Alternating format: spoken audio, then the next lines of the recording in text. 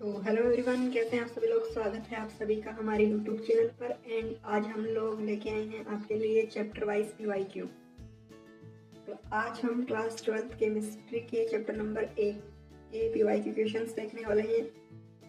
तो चलिए शुरू करते हैं एंड बात करेंगे कि आपको ये जो पीडीएफ है ये कहाँ पे मिलेगी और कैसे मिलेगी।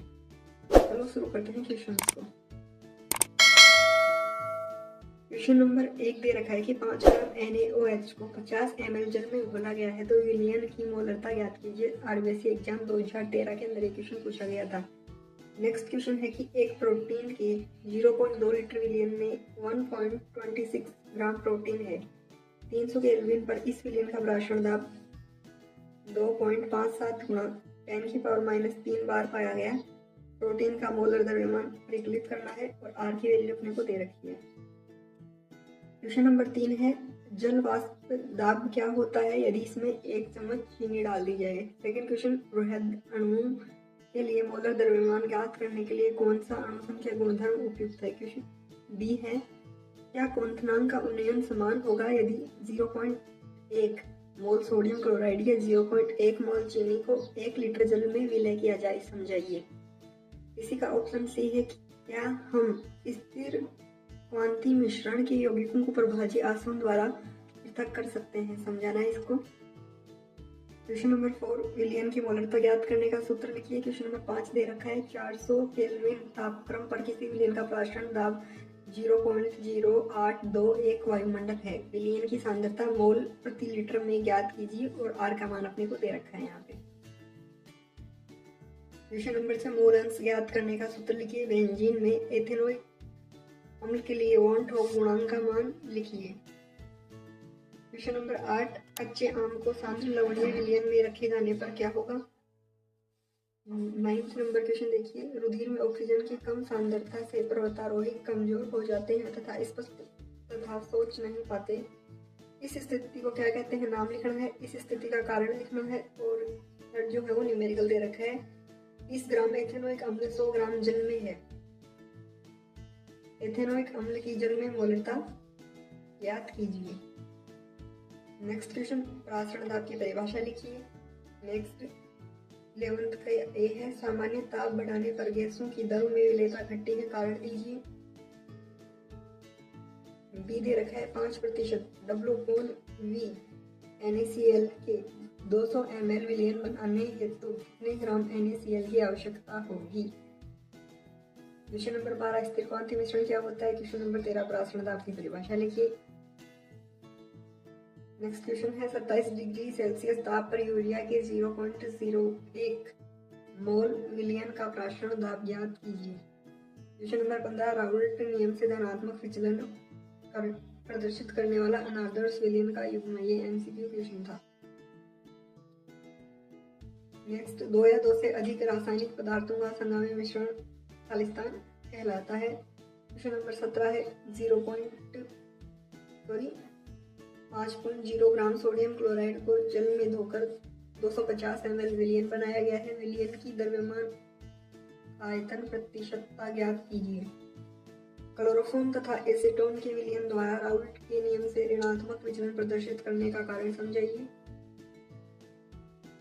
क्वेश्चन नंबर 9 है 5 ग्राम NaOH को जल में घोलकर बनाई गई 250 ml विलयन की मोलरता की गणना कीजिए। क्वेश्चन नंबर 20 है एक प्रोटीन के 300 ml जलीय विलयन में 1.25 ग्राम प्रोटीन उपस्थित है। 300 केल्विन पर इस विलयन का प्राशरण दाब 2.50 गुणा 10⁻³ बार पाया गया। प्रोटीन के मोलर द्रव्यमान की गणना कीजिए। नेक्स्ट क्वेश्चन है जलीय विलयन में विलय के पूर्ण वियोजन के लिए वॉन टॉप गुणांक या कारक के अधिकतम मान वाला यौगिक है। क्वेश्चन नंबर 22 दे रखा है एथिलीन ग्लाइकोल का 35% विलयन वाहनों के इंजन को ठंडा करने के काम आता है। इसमें जल का आयतन मिलीलीटर ज्ञात कीजिए। 2023 में ये आया था क्वेश्चन। प्राशरण की परिभाषा लिखिए। समुद्री जल के विलवणीकरण हेतु उपयुक्त विधि का नाम बताइए। नेक्स्ट 2 फिल्म ब्लैंक हैं। मोलरता की इकाई लिखिए और हेनरी के नियम का गणितीय रूप लिखिए। नेक्स्ट क्वेश्चन संतृप्त विलयन को परिभाषित कीजिए। सोडियम अमलगम विलयन में उपस्थित विलेय तथा विलायक का नाम लिखिए। गैस एंड न्यूमेरिकल है 28 नंबर का। गैस ए के 0.5 मोल तथा गैस बी के 4.5 मोल को मिश्रित करने पर बने विलयन में गैस ए के मोल अंश की गणना कीजिए।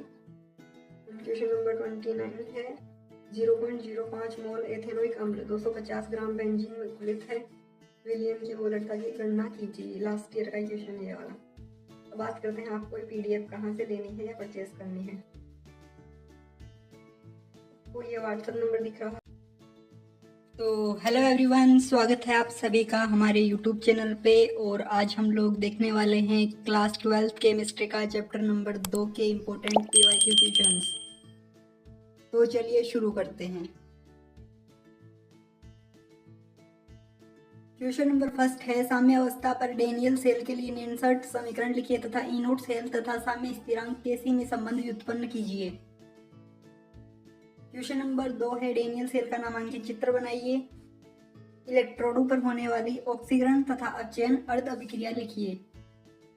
क्वेश्चन नंबर 3, क्या हम CuSO4 के विलयन को लोहे के पात्र में भंडारण कर सकते हैं, समझाइए। कोलराउस का नियम लिखिए तथा इसका एक अनुप्रयोग बताइए। क्वेश्चन नंबर 4 है, लोहे के जंग लगने की संपूर्ण रासायनिक अभिक्रिया लिखिए। डेनियल सेल की संपूर्ण अभिक्रिया दीजिए एवं इस सेल के लिए नेनसर्ट समीकरण का गणितीय रूप लिखिए। क्वेश्चन नंबर 5 है, प्रतिरोधकता का SI मात्रक बताइए। क्वेश्चन नंबर 6 है, फेराडे के विद्युत अपघट्य के द्वितीय नियम को लिखिए। मानक हाइड्रोजन इलेक्ट्रोड का नामांकित चित्र बनाइए। क्वेश्चन नंबर 7 न्यूमेरिकल है 0.001 मोल प्रति लीटर एसिटिक अम्ल की चालकता 5 × 10⁻⁻5 सीमेंस सेंटीमीटर यूनिवर्स है। यदि एसिटिक अम्ल के लिए लैम्डा नोट m का मान 250 siemens centimetre square mole universe हो तो इसके वियोजन स्थिरांक का मान ज्ञात करें। नेक्स्ट क्वेश्चन है, 0.15 मोल प्रति लीटर NaCl विलयन से भरे एक चालकता सेल का प्रतिरोध 50 ओम है। यदि उसी सेल का प्रतिरोध 0.02 मोल प्रति लीटर NaCl विलयन भरने पर 500 ओम हो तो 0.02 मोल प्रति लीटर NaCl विलयन की चालकता ज्ञात कीजिए। क्वेश्चन नंबर 9 है, लौह धातु के संक्षारण को रोकने में उत्सर्ग इलेक्ट्रोड हेतु प्रयुक्त धातु का नाम बताइए। बताइए कि यह किस प्रकार संक्षारण की क्रिया को रोकता है। NaCl HCl तथा CH3COOH हेतु लैम्डा नोट m का मान क्रमशः 110, 100 तथा 390 प्रति मोल है। CH3COONA हेतु लैम्डा नोट m का मान ज्ञात कीजिए। क्वेश्चन नंबर 10 है, कॉपर सल्फेट के विलयन को 1.5 एम्पियर की धारा से 20 मिनट तक विद्युत अपघट्य में प्रवाहित किया जाता है। कैथोड पर निक्षेपित कॉपर का द्रव्यमान ज्ञात कीजिए। क्वेश्चन नंबर 11 है, विद्युत अपघट्यों के चालकत्व को प्रभावित करने वाले 2 कारक बताइए। संक्षारण एक विद्युत रासायनिक परिघटना है, समझाइए। क्वेश्चन नंबर 12 है, 298 केल्विन पर 0.10 मोल KCl विलयन की चालकता 0.0129 सीमेंस प्रति सेंटीमीटर है। इसकी मोलर चालकता का परिकलन कीजिए। क्वेश्चन नंबर 13 है, यदि 298 केल्विन पर CH3COOH HCl एवं NaCl के लिए अनंत तनुता पर मोलर चालकताओं के मान क्रमशः 390.5, 425.4 एवं 126.4 सीमेंस सेंटीमीटर स्क्वायर प्रति मोल है तो CH3COONA की अनंत तनुता पर मोलर चालकता ज्ञात कीजिए। क्वेश्चन नंबर 14 है, विशिष्ट चालकत्व का मात्रक लिखिए। क्वेश्चन नंबर 15, संक्षारण की प्रक्रिया में एनोड पर होने वाली अभिक्रियाओं का रासायनिक समीकरण लिखिए। यदि Zn इलेक्ट्रोड के लिए मानक अपचयन विभव का मान -0.76 वोल्ट हो तो इसके मानक ऑक्सीकरण विभव की गणना कीजिए। इसी का पाठ है 298 केल्विन पर 0.010 मोल KCl विलयन की चालकता 0.00141 सीमेंस प्रति सेंटीमीटर है तो इसकी मोलर चालकता की गणना कीजिए। नेक्स्ट क्वेश्चन, संक्षारण की प्रक्रिया में कैथोड पर होने वाली अभिक्रिया का रासायनिक समीकरण लिखिए। यदि Mg इलेक्ट्रोड के लिए मानक अपचयन विभव का मान 2.37 वोल्ट हो तो इसके मानक ऑक्सीकरण विभव की गणना कीजिए। 298 केल्विन पर 0.1 मोल केसीएल विलयन से भरे चालकता सेल का प्रतिरोध 100 ओम है। सेल स्थिरांक का परिकलन कीजिए। दिया गया है केसीएल विलयन की चालकता इजिकल टू 0.0129 सीमेंस प्रति सेंटीमीटर। नेक्स्ट क्वेश्चन है विद्युत अपघट्य का फैराडे का प्रथम नियम लिखिए। डेनियल सेल में Zn2 प्लस व Cu2 प्लस आयन की सांद्रता 1 इकाई हो तो विद्युतीय विभव का मान होगा। क्वेश्चन नंबर 19 ईंधन सेल की संरचना का वर्णन कीजिए। ईंधन सेल की संरचना का नामांकित चित्र बनाइए। क्वेश्चन नंबर 20 है चालकता का एसआई मात्रक लिखिए। क्वेश्चन नंबर 21 डेनियल सेल को चित्रित कीजिए। क्वेश्चन नंबर 22 है मानक हाइड्रोजन इलेक्ट्रोड की संरचना का वर्णन कीजिए। शुष्क सेल के उपयोग के दौरान एनोड और कैथोड पर होने वाली सेल अभिक्रियाओं के समीकरण लिखिए। नेक्स्ट क्वेश्चन है जल एवं वायु की उपस्थिति में लोहे का संक्षारण कैसे होता है वर्णन कीजिए। मर्क्यूरी सेल के उपयोग के दौरान एनोड और कैथोड पर होने वाली सेल अभिक्रियाओं के समीकरण लिखिए।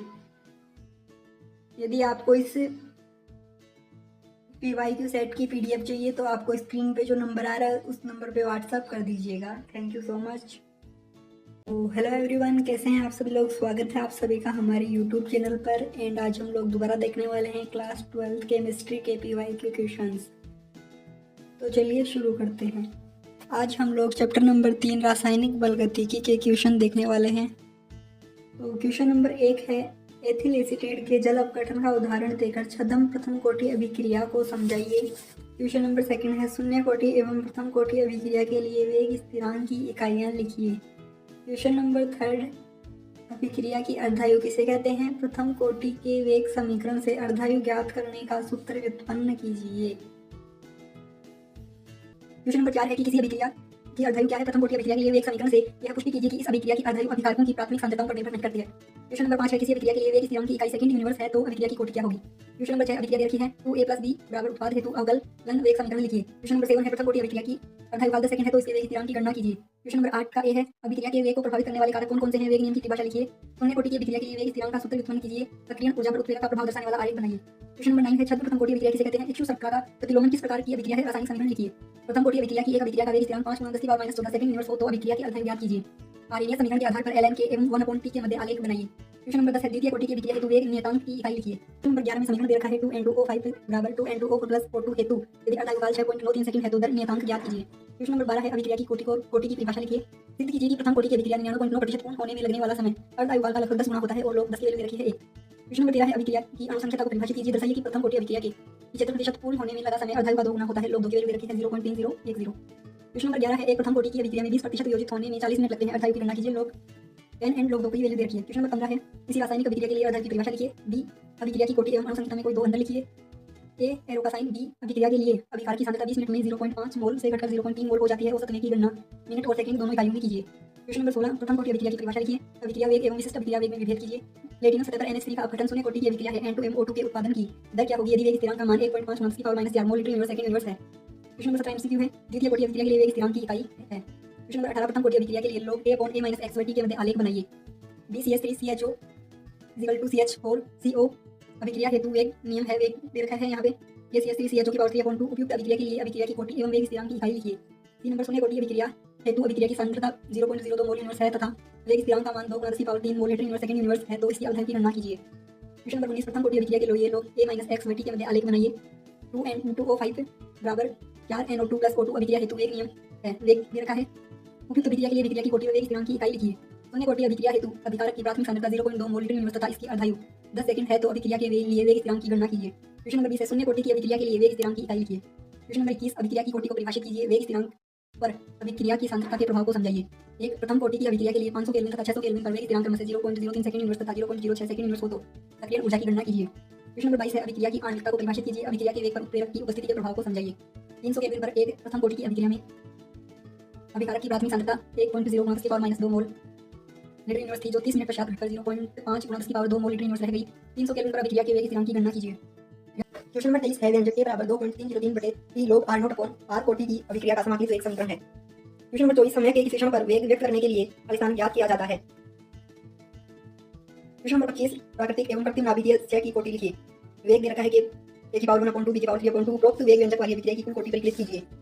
17 नंबर का क्वेश्चन, एक प्रथम कोटि की अभिक्रिया का वेग स्थिरांक 1.386 × 10⁻16 सेकंड यूनिवर्स है।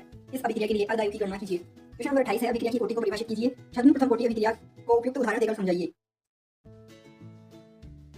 अभिक्रिया की आणविकता को परिभाषित कीजिए। एक रासायनिक अभिक्रिया में सक्रियण ऊर्जा की भूमिका को समझाइए। आपको इस PDF को लेना है तो आप इस नंबर पे व्हाट्सएप कर सकते हैं, और चैनल पे नए हैं तो चैनल को सब्सक्राइब करें। Thank you so much.